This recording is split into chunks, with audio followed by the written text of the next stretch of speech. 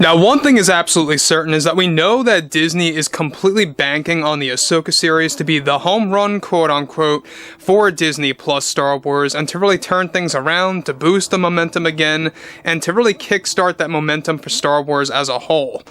This is Mike Zero. Subscribe if you're new, and like this video to see future updates. I'm also on Twitter at Mike01. I thank you also very much for the great and kind support, and let's get right into the subject, shall we? Now, we know that there's a lot of Star Wars problematic situations arising out of Lucasfilm, especially everything to do with the Acolyte series and Skeleton Crew, and especially the Rey movie for 2026, which they are trying to begin filming, by the way, by April of 24. I don't believe it's going to happen. It's most likely going to get delayed because of all the strikes that are going on, but moving on to the more important issue at hand here is that we know that Kathleen Kennedy and Leslye Headland are a major problem right now for Star Wars and really are bulldozing any kind of momentum that Jon Favreau and Dave Filoni are trying to build and are trying to actually develop from the ground up with the Ahsoka series, and even that may very well be compromised. We'll talk about that a little bit later, about what's going on with the Ahsoka show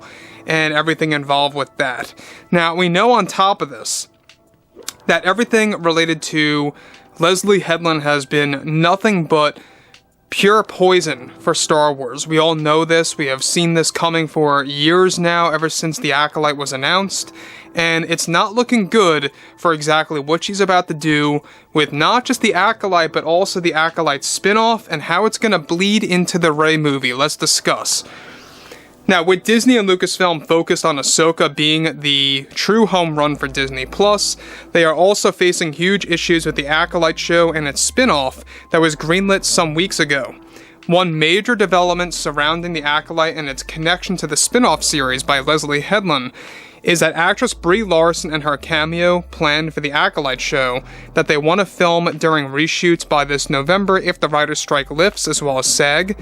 It is, of course, to create a storyline where essentially Larson's character named Maeve is hibernating in a bacta tank-like structure, much like in the Jedi Survivor video game, putting her into this cryogenic freeze, where she can essentially live for a very extended time, hundreds of years to be exact. Now, Leslie's plan with her upcoming Acolyte show and the spin-off is to find a way for Brie's character to span multiple eras, leading into the new Jedi Order timeline, aka the Rey movie timeline, which is the new era in which Rey Skywalker is going to be a big deal. This is something that was discussed between Kathleen Kennedy, Leslye Headland, and the writer of the Rey movie, Stephen Knight, and that they are adopting the idea from the Jedi Survivor video game of Dagan Gera, who did the same exact thing and hibernated for hundreds of years from the High Republic to where we actually have Cal Kestis.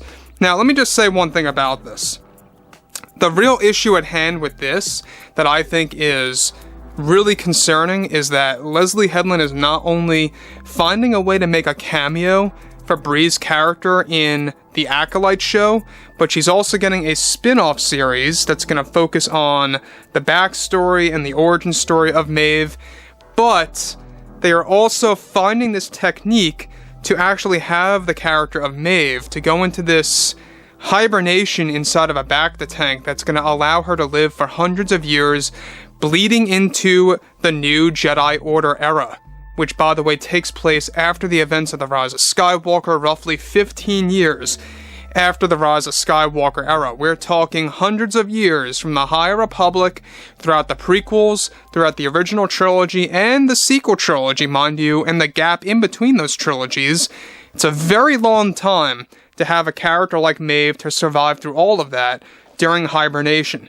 Now, I think that this is the one problem that I do have with the Jedi Survivor video game, is that it basically made a canon that you can have some Jedi that are able to hibernate for such a very long time.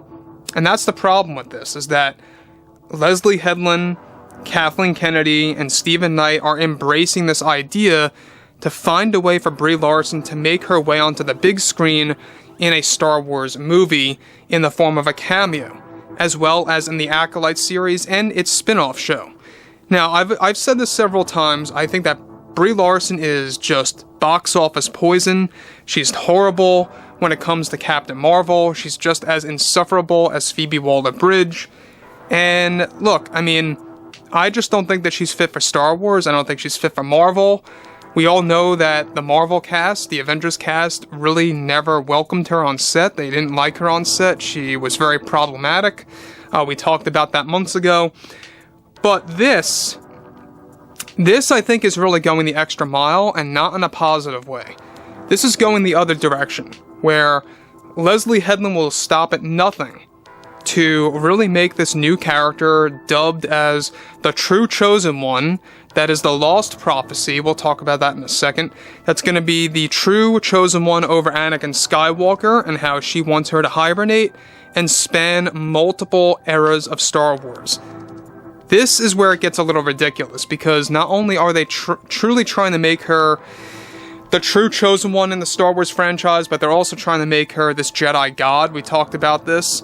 However, on top of that, Headland is planning to make it canon that not only is Maeve a Jedi created by the Wills and dubbed as a Jedi god, but the true chosen one that will go into hibernation to eventually wake up in the new Jedi Order timeline. Headland has already met up with writer Stephen Knight about this, and Knight is said to be loving the idea of somehow incorporating Brie's Jedi character, Maeve, into the new Jedi Order movie. The Acolyte spinoff is also planned to be an entire origin tale of Brie Larson's character, Maeve, and how the Wills created the True Chosen One and the Lost Prophecy, as it is being referenced to, of course, in the upcoming Acolyte series for next year. Stephen Knight, the writer of the Rey film, is already considering adopting this idea by inserting it into the ending of the Rey movie to showcase the discovery of Larson's character in hibernation. Now, I don't know about you guys, but Star Wars lately is really going in very insane directions, where almost anything now is becoming possible. Jedi gods, like what the heck? You know, the Wills making a Jedi and stuff like that, and bringing that into the world of her being the true chosen one is just ludicrous in my opinion. It is. We have people like Leslie Headland that are fake fans. They don't care about the Star Wars fans, they just care about their agendas. They care about rewriting George Lucas's philosophy. That's what it's really all about, guys.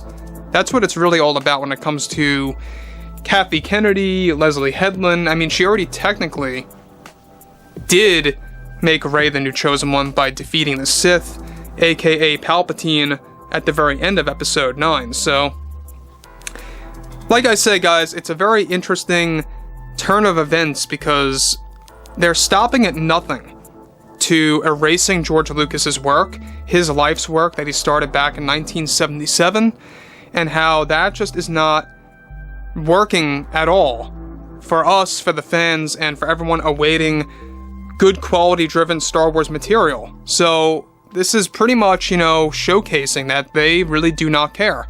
So guys, drop a comment below, fill me in below in the comments what you all have to say about this, and if you guys did enjoy the content for today, make sure to drop a thumbs up on this video to support the channel, and I will catch you guys next time.